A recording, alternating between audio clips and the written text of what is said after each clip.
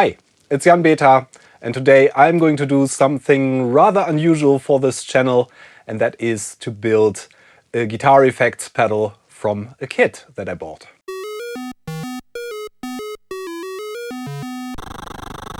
If you are a subscriber to this channel, then you probably know that I usually do retro computer stuff and repair old vintage hardware and sometimes do audio stuff, but I'm also a guitarist, and as it so happens I play the guitar in a Nirvana cover band.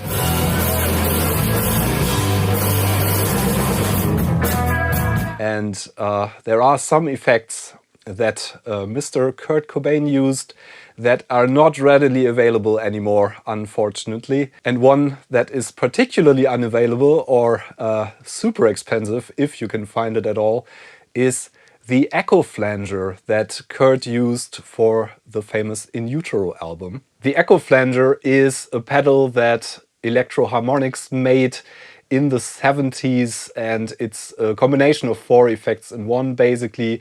A flanger, a chorus, a very short delay, and then a mode where it has a flanger with a kind of a fixed flanger in that mode. Kurt Cobain used this pedal quite a lot, famously in the later Nirvana days, and I kind of wanted one to replicate that very specific sound, or the sounds, there's a couple of sounds, for my Nirvana cover band, obviously. But the pedals you can find these days are either super expensive or broken, or both. Thankfully, a couple of years ago, in 2017, I believe, Electric Effects made a replica of the pedal, and that's what I have now as a kit. Electriceffects.com. You can buy this circuit board for the Dandy Horse, which is a replica of the original Echo Flanger circuit with some modern improvements, but the sound generating circuitry is basically the same. They just replaced the original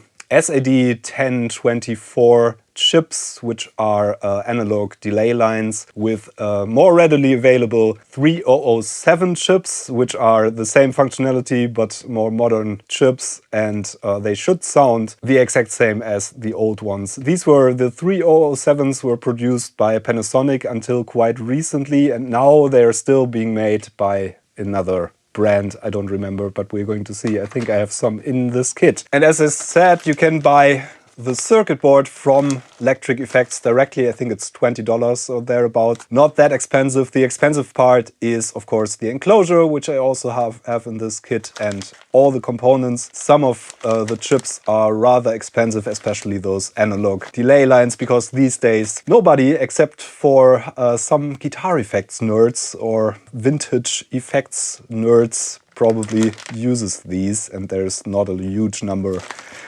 demand for these. And of course, if you produce chips in rather small quantities, they are going to be more expensive. So yeah, you can buy the circuit board and source the components yourself, or this is what I did because I'm lazy. I just went to Musikding.de, which is a German online seller that sells kits for all kinds of effects. I bought some kits from them in the past, and they all worked beautifully and was fun to build them. Now this is something that is on a completely different level. It even says in the manual, that is a PDF that I just printed out, available on both the websites from Musikding and Electric Effects. This explicitly said that this is nothing for beginners with guitar pedals. There's lots of way simpler effects that you can build, and I highly recommend checking that out if you are into guitar playing and stomp boxes and soldering. You should definitely embark on this journey of building your own effects. It's not only cheaper than to buy these pre-made in most cases, but also you have full control and can tweak things here and there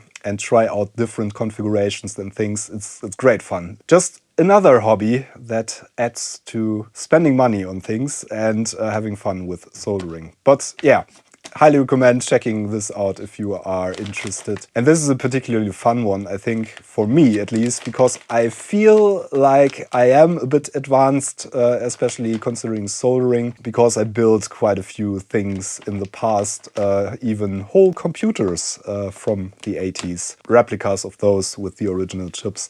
And I have quite some experience with soldering all kinds of components, especially through-hole components, old school like this is. Let me take a couple of seconds to thank the sponsor for this video, PCBWay, my favorite manufacturer of prototype PCBs of all kinds. They also do CNC machining, 3D printing, sheet metal fabrication, you name it. Basically a one-stop solution for the tinkerer. And if you have a guitar pedal that has open source available PCB files, you can just send them to PCBWay and have the circuit boards made. They are currently celebrating their 10th anniversary already, so there's going to be a lot of discounts and special offers on the website that is linked in the video description. I highly recommend checking that out if you are interested. Let's get back to our pedal build. So I think what I'm going to do, I just grabbed a mug of coffee here. I'm just going to go through the instructions.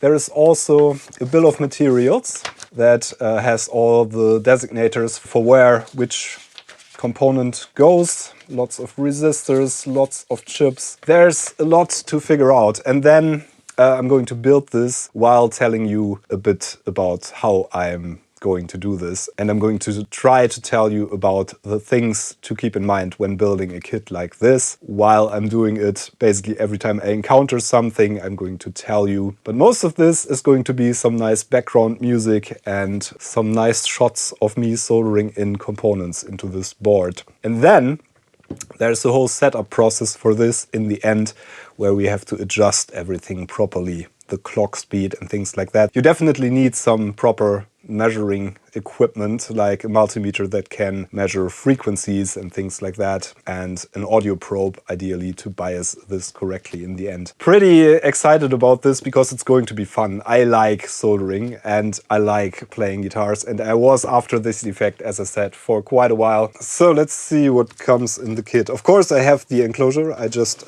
painted that. That's why I'm not showing you that yet. But that's for later. We have to build this board. There's all the chips and the sockets, quite a few of them.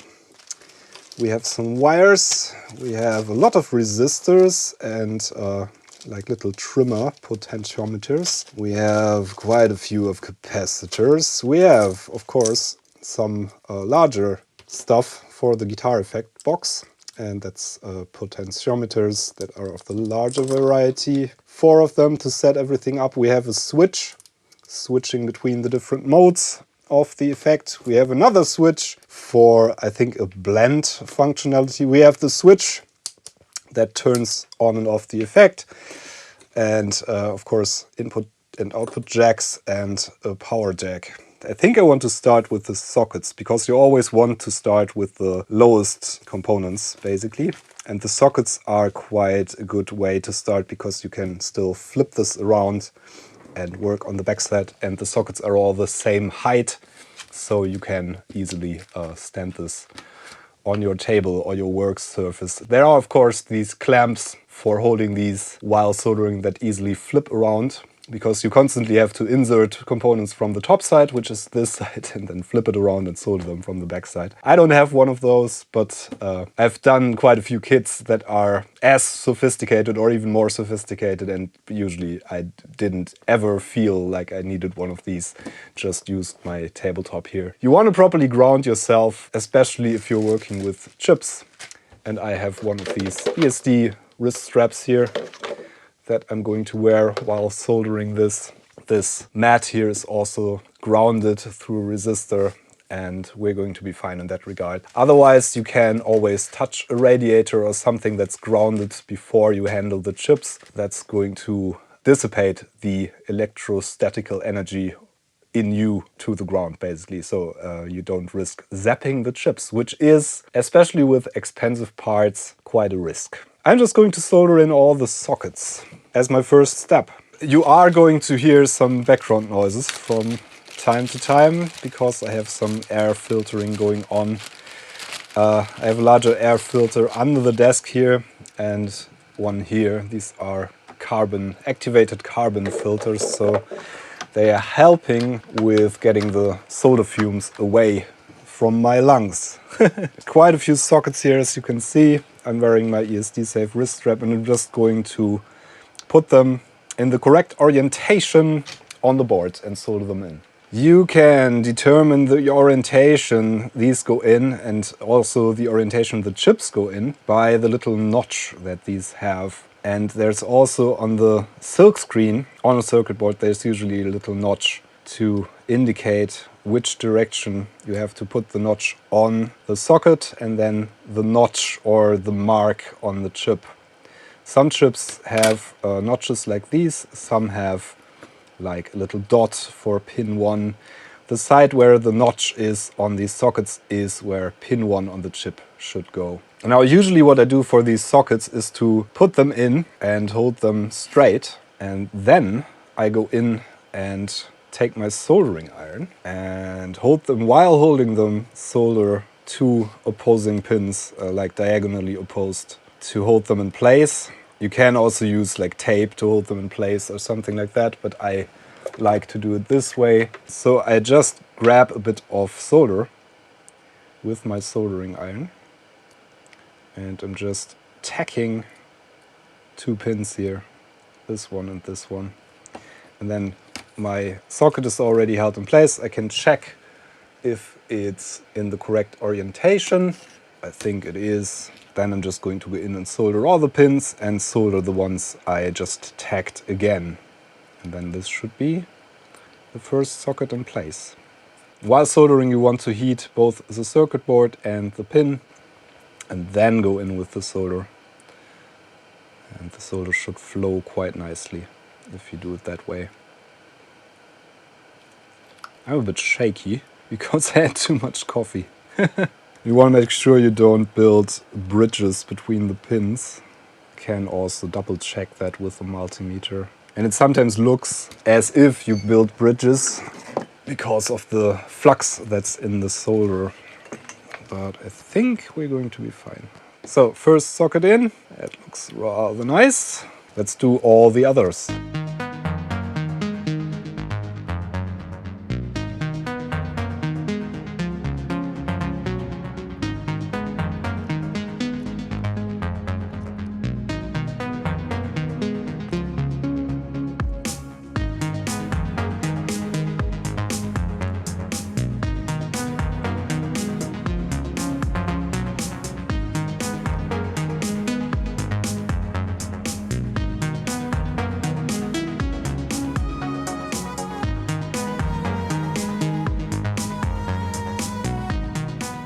Now that went rather smoothly. I didn't put all the sockets in. There's 2 here that I didn't put in, and that is because you have to set some jumper wires underneath the sockets before you solder those in. You can set this up to use a 3207 chip or a 3007 chip for the analog delay lines that I talked about. And in this case we have 3007s. In fact, the manual says that 3207s don't even work. So we have to set this up with 2 wires closing these little holes here in this direction and in this direction. I'm just going to use some leftover wires from resistors or something. You can use whatever to close these. You can of course also do this from the back side of the board. You just need to close these jumpers basically. So this is what I'm doing here. I'm just bending the legs outwards on the bottom side and then soldering them in. Then I'm going to shorten them a bit after soldering them. I think we're good. Now the sockets can go in. Now the next step I'm going to take is all the resistors. Yeah, I have a huge resistor pack here. There's how many of these? 72. So that's going to take a while. And I'm using the bill of materials here, which has the R1 as 100K, R2 is also 100K. So I'm going to split this up by using the same values. I'm just going to solder all the 100K resistors first, and I'm going to measure them before I solder them. I think I don't have to measure every single one of them, but these come in these packs that are connected. These are 100K. Just going to double check if these are all the same the same color markings and measure some of them to be sure with my multimeter. And then I'm going to commit them to the board. All the resistors, quite a few different values, and all of them need to be correct in the correct spot, of course. You can see the markings on here that say R something. That's where all the resistors go. So just double checking if these are indeed 100k resistors with my multimeter here, and these are 99.8 kilo ohms. It's not too easy to grab these, but just going to measure some of them. They should all be very close to 100k. Slight variances in resistance are not going to be the end of the world. And I'm just going to tick every single component I already put in on this sheet here, so I don't get confused. And then I'm bending the legs outwards on the bottom side, soldering them and cutting them after that, after soldering. And then I'm just going to go with every single one of these. And ideally you want to position them in a way so that the colors are in the same orientation, which I'm going to try to do. I'm not sure if I can manage for the whole board, but we're going to see. This is of no use because the spacing is tighter on this board than what I can achieve with that. Just have to bend the leads directly on the body of the resistor basically. Which makes sense because this is super cramped, so there's not a lot of room. So this is going to take a while, especially finding these components on the board. And this is of course going to be a bit easier after a while because more of the spots are occupied.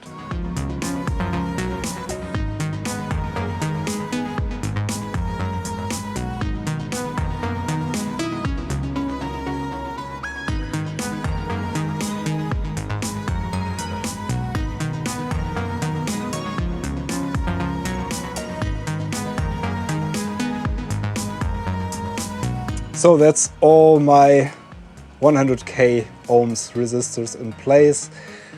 There are 100R labeled ones, that means 100 ohm. So you don't want to confuse this. I nearly did this on R39 here. 100R is not at all 100 kilo ohms, but 100 ohms. Yeah, so I'm just going to go through this list. The next ones are 18k. There's couple of those as well, and then yeah, I'm going to report back when this is done.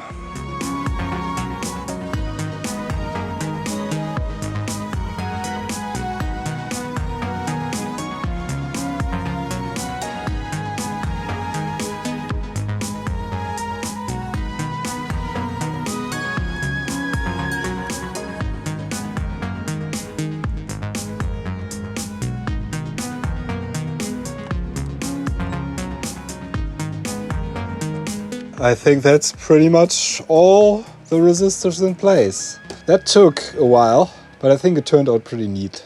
Next up, I'm going to do the diodes, which are these here. There's 6 total, 3 different kinds of diodes. They all have a polarity, and that is marked by this ring on one side. On the black ones, you can see the ring on the right side here, and on these red translucent ones, you can see the ring is black. The ring is the negative side, and that is also in all the positions where there's diodes to be put in.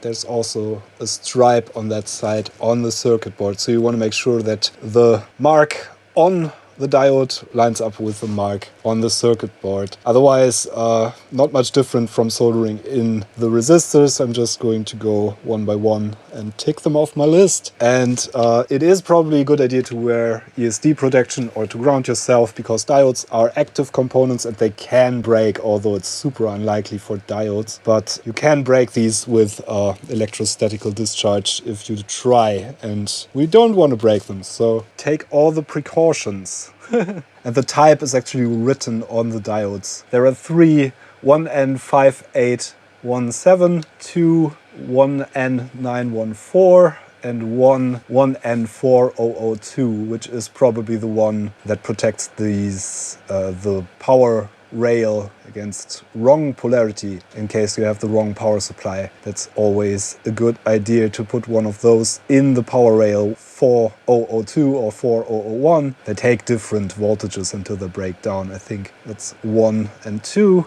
These go into diode position 1 and 2. 1N914. Just double checking I have them in the correct polarity. And also you don't want to heat them up too long. They can also break because of heat. But that's also not very likely, but it does happen. We don't want that.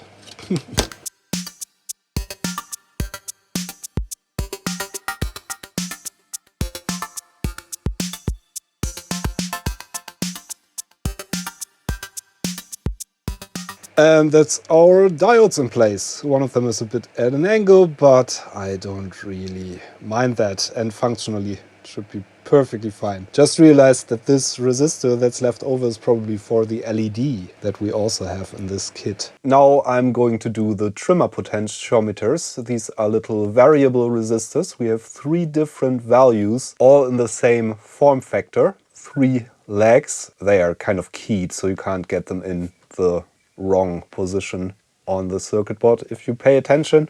And 104 are 100 kilo ohms trimmers, 103 are 10 kilo ohms, and 502 is a 5 kilo ohms variable resistor. These are to bias the circuit when it's finished. And how this works is that you have the 10 and you add 4 zeros to that, and you have the value of these in ohms. Same with the 10 with 3 zeros is 10 kilo ohms. 50 with 2 added zeros is 5 kilo ohms in ohms. So yeah, that's how these work. And these are labeled with their names on the circuit board. So there's bias 1, bias 2, clock, cancel, level, feedback, gain. You get the idea. So I'm just going to put these in and solder them in and shorten the leads a bit afterwards, like with the other components basically. And these are probably, it's a good idea to hold them down while soldering, just as I did with those sockets.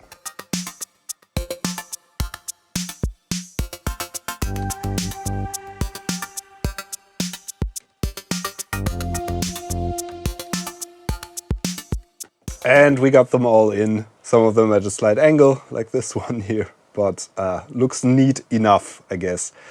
Now for the capacitors. There are 4 different kinds of capacitors and there are many different values, so you don't want to get those confused. It's a bit complicated, but you can use a picture of a build board as your guide regarding which type to use in which position.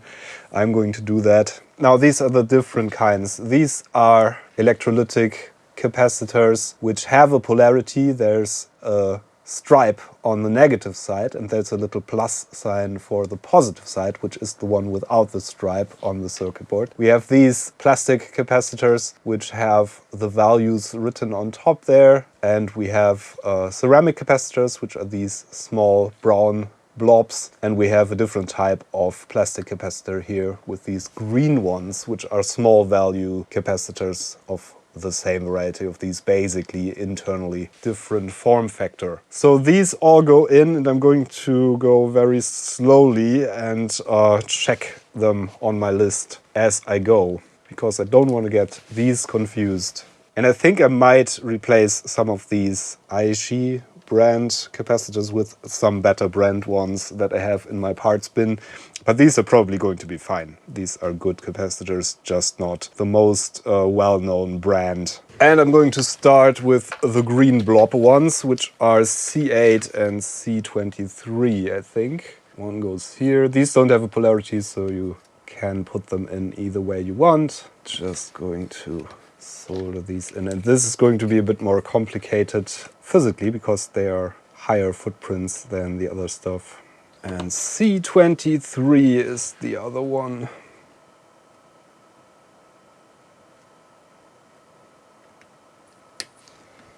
Now the markings on these ceramic capacitors are 2 digits, which is the actual value. So 22 just means 22 picofarad, abbreviated with a P on our list here.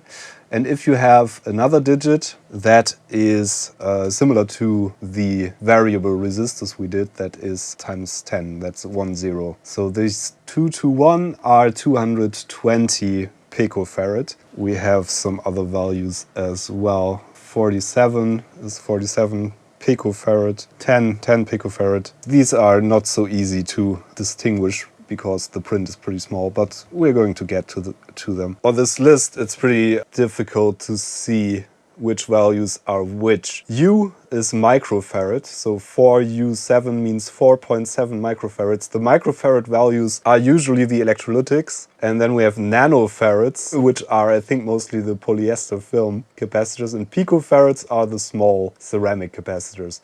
So for some values, there's one value that is the same number but has a U or an N. So you don't want to get confused by this. You just have to be very careful. And I'm going to try to do that. And for these polyester capacitors, these are labeled 0.1. This is 100 nanofarads. And we have a J, I think that's the tolerance, and 100, that's the voltage these can take. So these are labeled like this. 0.1 means 100 nanofarad.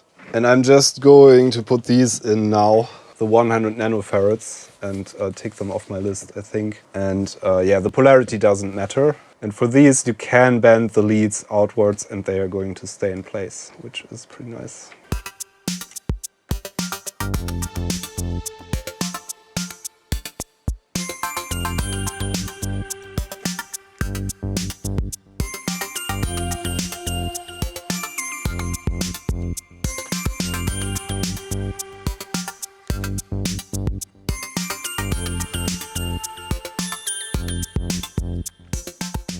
Now, some of these are labeled please omit, so I'm going to omit them. This is included in the kit, but I think I have all the 100 nanofarad capacitors in there now. Let's go with the next value.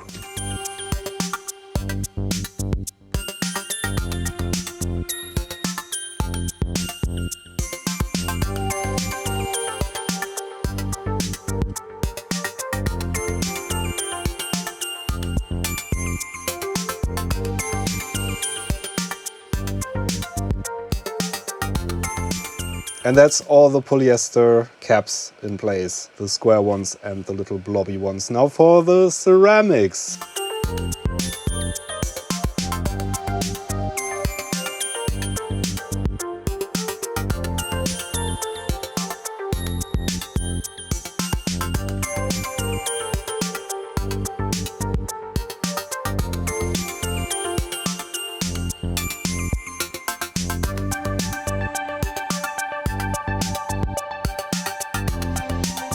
Now that's all the ceramic capacitors in place. Let's go for the electrolytes. There are some spots left blank. You can see that in the bill of materials, in the parts list. And some of them we might have to put ceramic capacitors in. They are all included in the kits, the values mentioned in the documentation. So these here, in case the biasing doesn't go right, we can make up for some of the differences in components with those capacitors. But the documentation says to leave these unpopulated for now while building, so I'm going to do that, and I might have to put them in later. I'm going to sort my capacitors here by value. Usually they have a voltage rating and a microfarad rating. 220 microfarads. And these are 100. There's another 100. And as I said, I'm going to probably replace these with some from my parts bin. So there are 3 different kinds. 1 microfarad electrolytic, 22 microfarad, 10 microfarad, 4.7, 220, 100. These are the different values you need. And the voltage should be something above the maximum voltage that this circuit sees, which in this case is 15 volts, I believe. These are all 50 volts at least, I think, as far as I can see. So that's a good idea to go higher voltage, because that's the voltage these can withstand. And as I said, there's a little plus on the circuit board usually indicating the positive side, which is the unmarked side on these. So the stripe is on the negative side. You want to put that facing away from the plus. And then bend the leads and solder them in.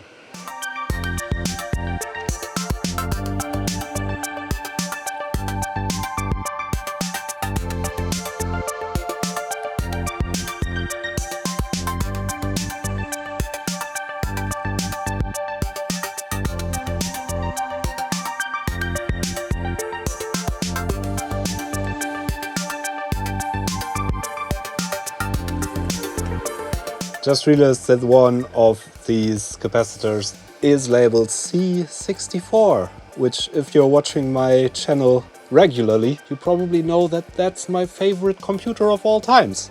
In this case, it's a 100 microfarad capacitor.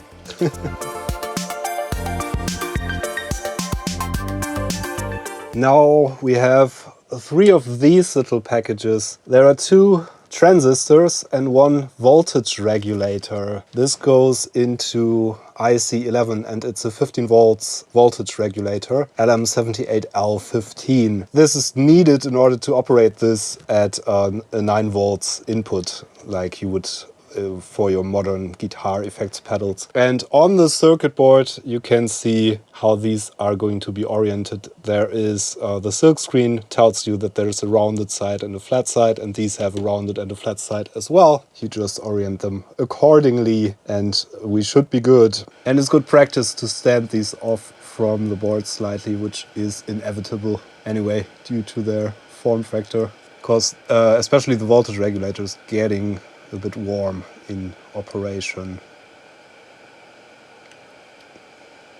So now that's our whole circuit built. The only thing left are these, which are going to be soldered from the bottom side, basically. These potentiometers and some outboard connections, and of course the switch. One more thing we need to do, because we want, or I want to set this up as a true bypass pedal. So this switch actually switches the signal and the input is the output signal. If you switch this, you can also use this in a buffered configuration. If you want to use it as a true bypass pedal, you have to close switch 1 as W1. That's a jumper we have to close for true bypass. And I'm just going to use a component lead for that. This is going to be permanently set to true bypass. Now is a good time to clean the board thoroughly with some alcohol so we can get rid of the flux.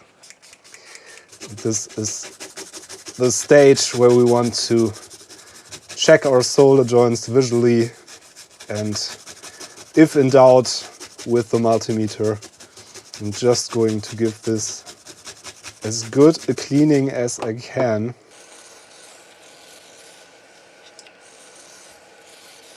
And I'm just going to let this dry. Now we're going to solder in these potentiometers, the large ones that are going to stick out of the case. And we have different markings here. There's a C marking and there's a B marking. And unfortunately, the markings changed a bit. This is the type of the pot. C is a logarithmic pot, which is usually used for audio stuff like volume pots and things like that. And B is used to be non-existent. This used to be marked as A. So A and B are the same. If you have older pots, A is the designation and B is for newer pots, which these are, I think, and the new code means linear, B, and the old pots had A for linear. That just means the resistance logarithmic has kind of a curve, which is easier to set up for audio stuff. These are the ones labeled C, and the new code for the logarithmic pots is A, actually. So it is pretty confusing. A and B can be the same. C is always logarithmic. So yeah, these came with these caps for the back, which makes sense because we're going to put them into these positions from the back of the board, and you don't want the metal can of the pots to short out anything on the board. These are going to sit here like so. I'm just going to try to solder them in a way they sit straight because we want to put these through the case. And this is also going to be soldered onto here. In this case, you can of course also run wires. I'm not sure if the height is going to work with my case. We're going to check that shortly. But first of all, I'm going to put these in, I think, and make sure the right ones are in the right position. And you solder from the top of the PCB. These ones, actually. So here's the case that I badly painted in a matte black spray paint. But this is a 1790 NS case, and there's a drill template on the last page of the documentation that you can use. I ordered this pre-drilled because I didn't have the nerve to drill this myself. But basically you can see that this is going to sit here, in here, and the potentiometers are going to stick out. I think this is where the LED should be located in my case. You can also locate the LED here or somewhere else. I think I want the LED here, the switch here, just to have all the controls neatly arranged here. And I think what I'm going to do is to just put my circuit board in here with the potentiometers in place and see if I can arrange this neatly. And I'm also going to remove these little knobs here that usually just break off quite easily. So we have more room to put them closer to the side of the case.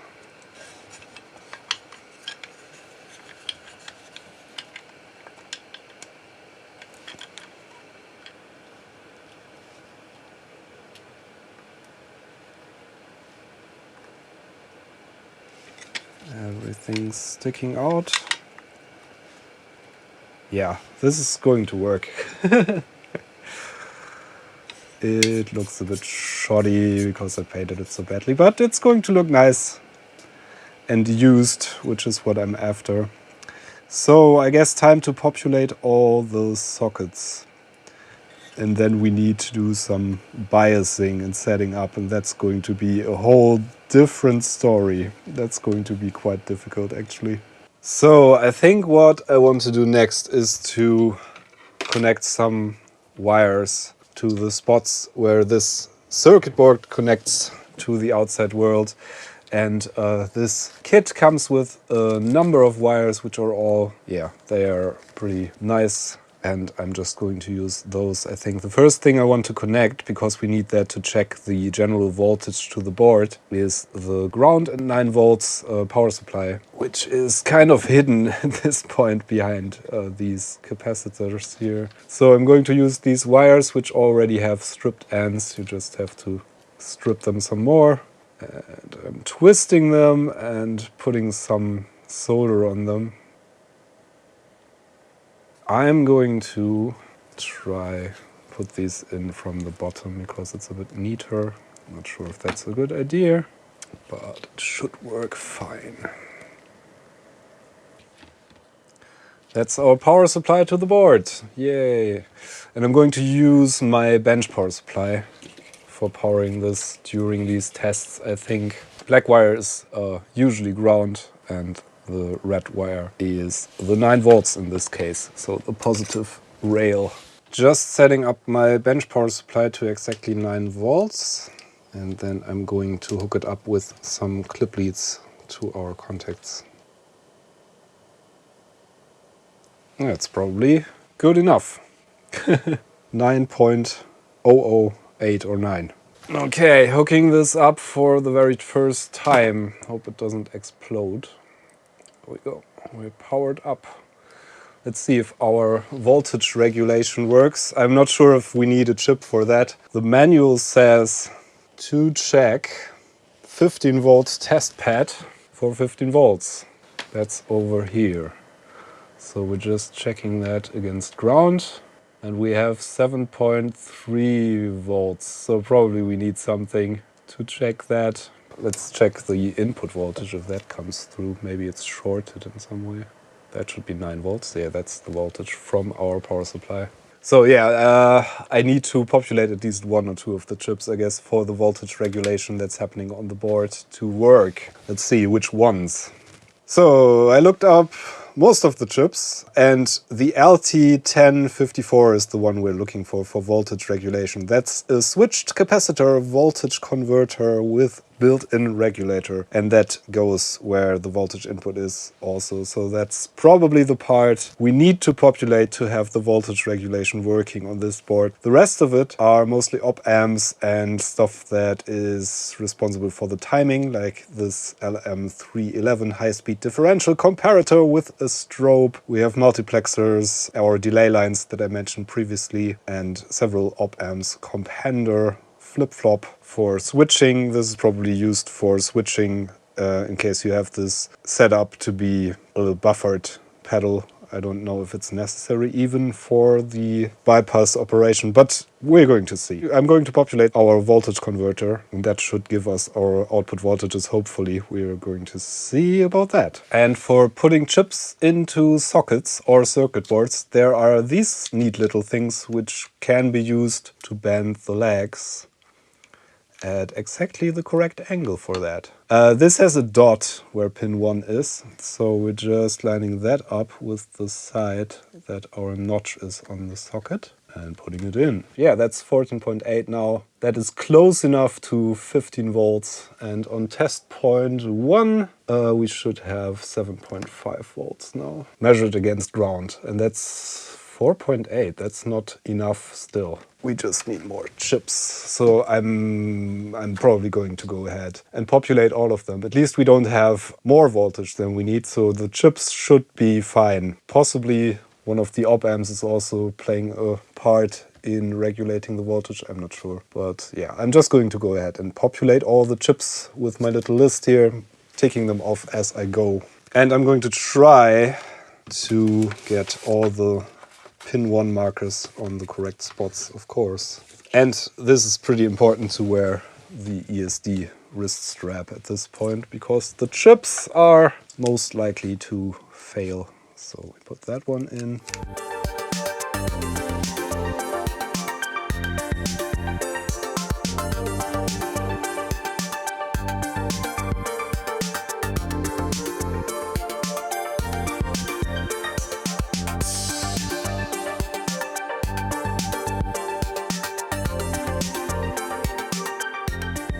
So do we still have 15 volts? Yep. Do we now have 7.4? Yeah, that's close enough. Okay, so some other chip is also doing some of the voltage regulation. Yeah, our voltages seem to be all right. That's a very good sign. So after having the voltages correct, we are going to start biasing this. And for that purpose, we are going to set all the trimmers to the center position, which they pretty much are, I think. Use a screwdriver, and yeah, you can see the little cross that should point straight up. So everything's set to center, and we need to set the knobs on the front, or what is going to be the front. Tune should be set clockwise all the way. Width should be set counterclockwise. Rate should be set counterclockwise. Feedback should be set counterclockwise. And our switch should be set to the filter matrix mode, which is the one the most clockwise. So, and now we can set the oscillators, and I'm going to do that while this is outside of the case, and then I'm going to put it in the case and solder on the rest of the connection, because we are going to bias the audio circuitry next. But for the oscillator setting, we are going to measure the frequencies that we need like this, because some of the capacitors that are unpopulated at this point are for setting that correctly in case it doesn't match the specification. So we may have to do some more soldering on this. So I've connected my oscilloscope. This is our oscillation, and it currently reads 361 kilohertz. I've connected the ground for the oscilloscope to the ground on the circuit board. We have this square wave, and I'm just going to try to adjust that for the correct frequency, which should be 500 kilohertz. You can do this with a multimeter. You don't really need a fancy scope like this. This is a very good digital storage oscilloscope. But you can see here that it has a frequency reading. That's 498 now.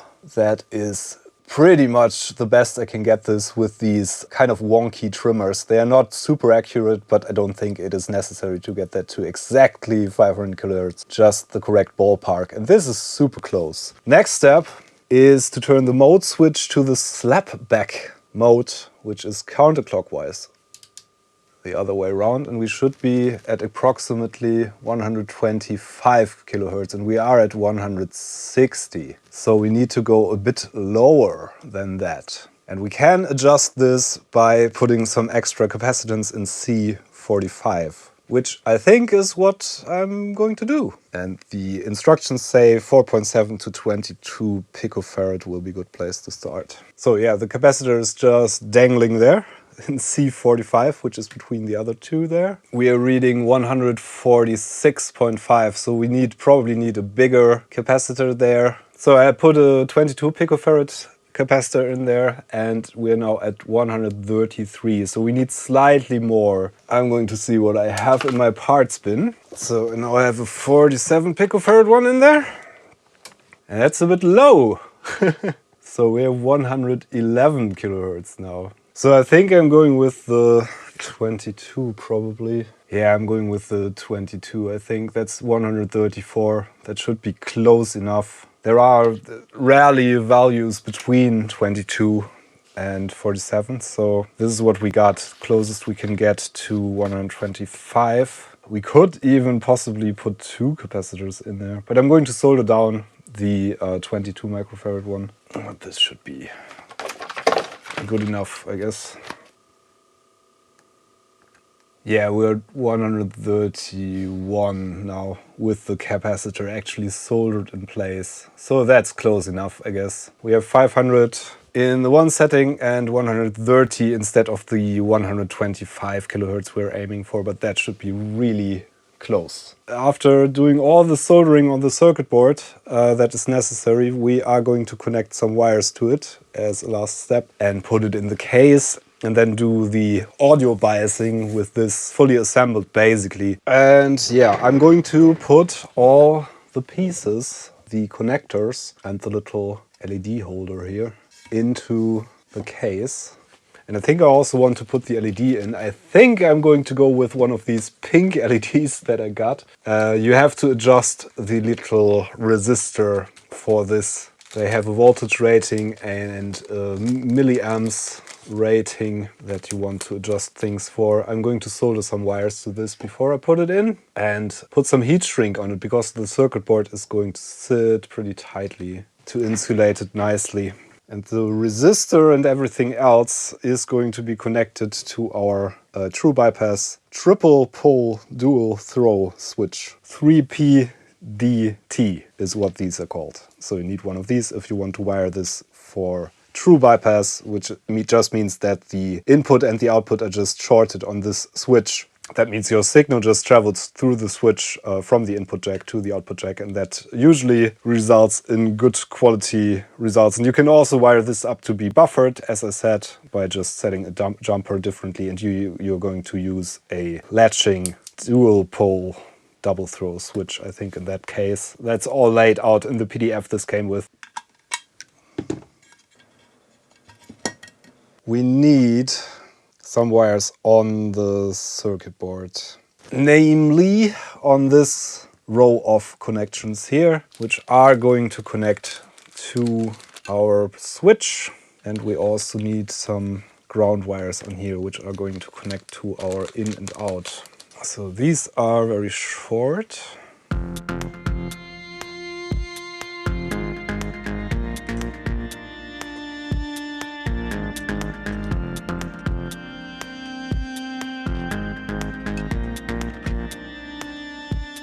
It's kind of starting to look like a thing. All we have to do is make some connections. And yeah, I'm going to connect the grounds here. We are going to have to wire some wires from here, from the in and out.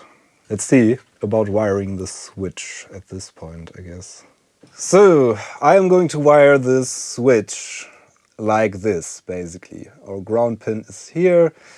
And we have one wire to the output jack, one from the input jack, a jumper, that is our true bypass. That's just basically shorting input to output, so you have a signal going through this wire.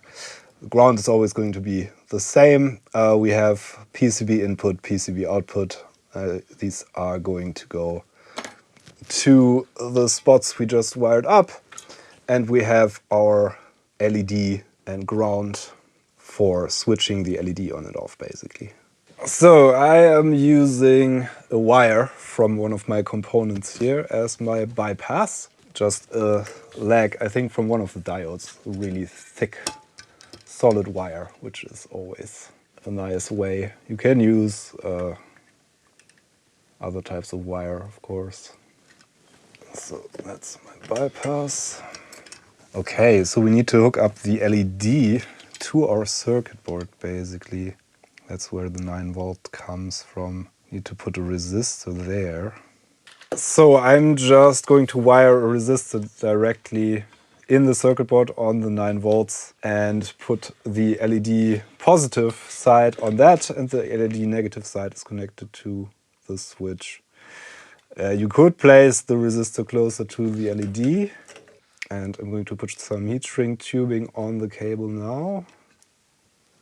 I need to figure out which pins on this socket here my voltage comes in. So I'm going to connect a proper 9 volts guitar pedal power supply. So that is ground. That makes sense. That is positive. Yeah, that's ground. That's positive. Okay. So I should wire up these here, I think. The ground wires for our input and output jack. Okay, our ground is connected. Let's see if the LED lights up now. It should, technically, I think. Let's see. LED! Hey! And the brightness is actually super nice. So our switch is switching the LED now, nothing else, because that's the only thing connected. Just need a connection from the PCB input and the PCB output on these pins, and the center pins are input jack and output jack. We're going to run some wires from the other pin on the jacks to the pins on the switch according to this, which I'm also going to put a picture of in the video description, a link to that.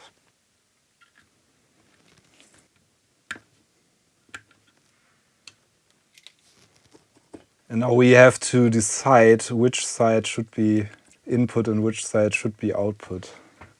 Usually the input is on the right side of the pedals on my pedal board. So I'm just going to wire this up accordingly. So the right side should be the input in this case as well.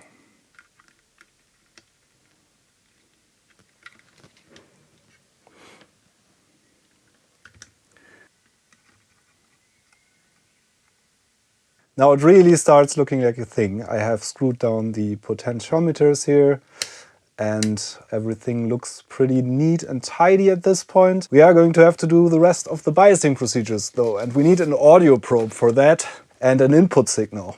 I don't have an audio probe really, but we have an input signal here that is going to be a sine wave, and I'm outputting that to my speakers here.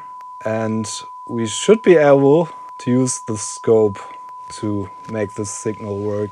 This is a 1 kilohertz sine wave, and we should be able to run the pedal and hear the output at this point.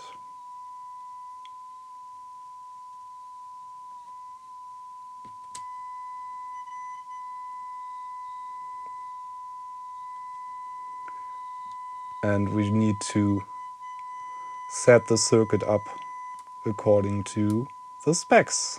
So I'm just connecting this to ground on one of these ground lugs here, which should be our common ground. And test pad 3 is here. And we should set our bias 1, bias 2. The cleanest signal on bias 2.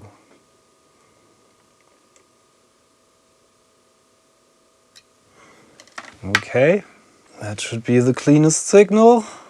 And now we should do the same with slapback mode, pad 4 and bias 1.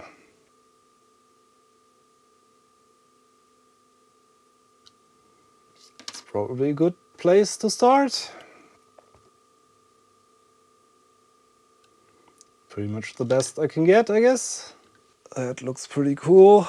Okay, what do we do next? Begin adjusting the cancel trimmer. To the far left and right of the trimmer's rotation, you should hear a high-pitched whining noise, which should get gradually quieter in the middle portion. You really need an audio probe for this, I guess. I think center is probably best. Gain 2 between test pads 5 and 6. So I'm just going to hook up another oscilloscope probe. And we are looking for the same gain on both of these. Okay, I have my green probe on test point 6. I have my yellow probe on test point 5. And we're going to put this into filter matrix mode. And we're going to have to adjust gain 2. Test pad 6 should be 10% higher than test pad 5. That's about right. Now we can set the feedback trimmer to just before the point of oscillation. Okay, not quite sure where that point is going to work. So after another round of setting up and biasing, I now have this thing to actually do what it's supposed to do. The biasing procedures it's very hit and miss, I found. With the scope, it's not the best way. I ended up connecting my guitar to this. And I have this now hooked up to an amp simulator that is distorted because, of course, the Nirvana sounds you are after are something like this.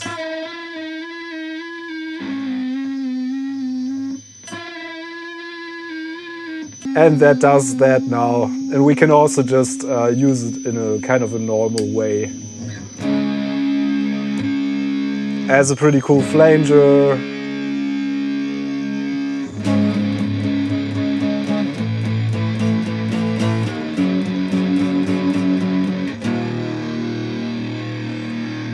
As a chorus, as a slapback. And it is super noisy. That's probably mostly because this is a replicated circuit from the 70s.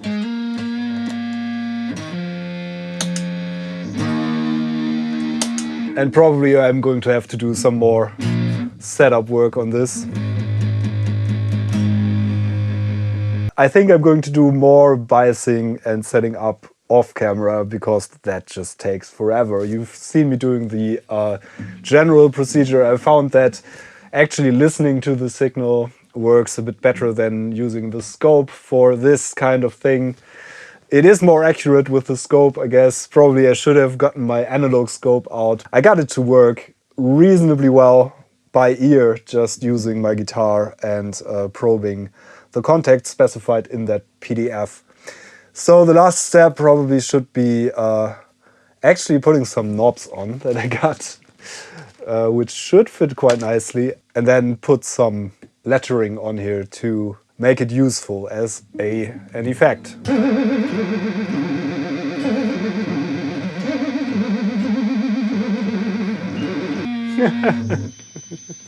Okay, enough. Okay, I think I have one set screw missing here. That is not so great.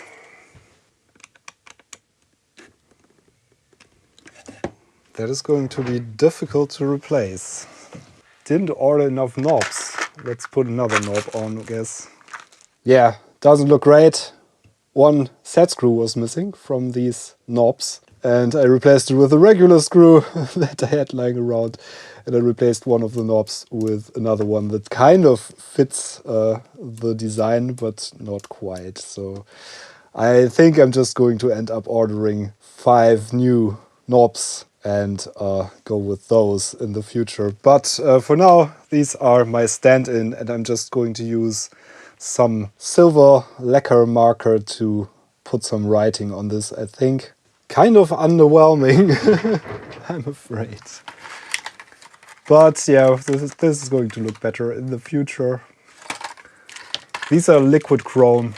I'm planning to use these all along. I might have to remove some of these while I put the writing on.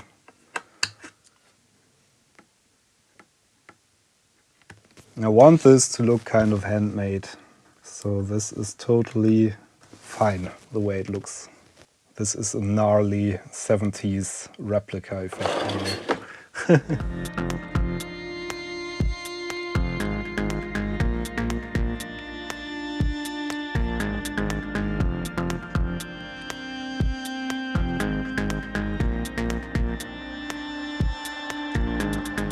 And there you go, homemade Echo Flanger pedal, which looks kind of cool in my book, even with my shoddy writing on there.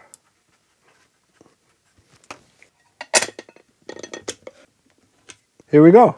That's my Echo Flanger, or Dandy Horse to be more precise, replica of the Echo Flanger.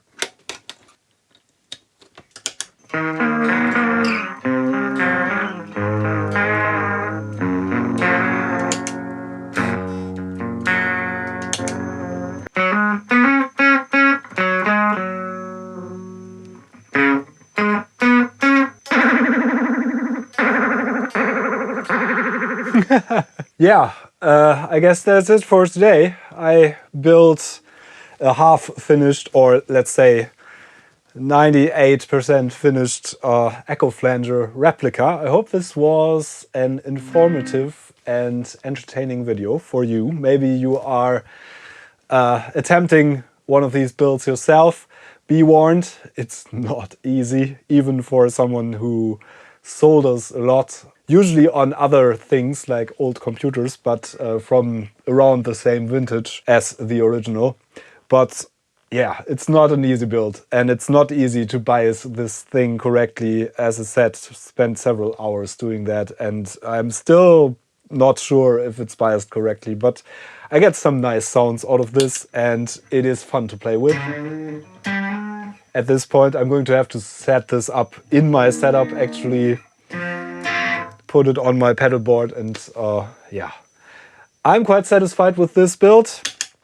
Hope you liked this video. Thank you very much for watching. Special thanks to everybody who supports me on Patreon or the YouTube channel memberships page or on Ko-fi or elsewhere.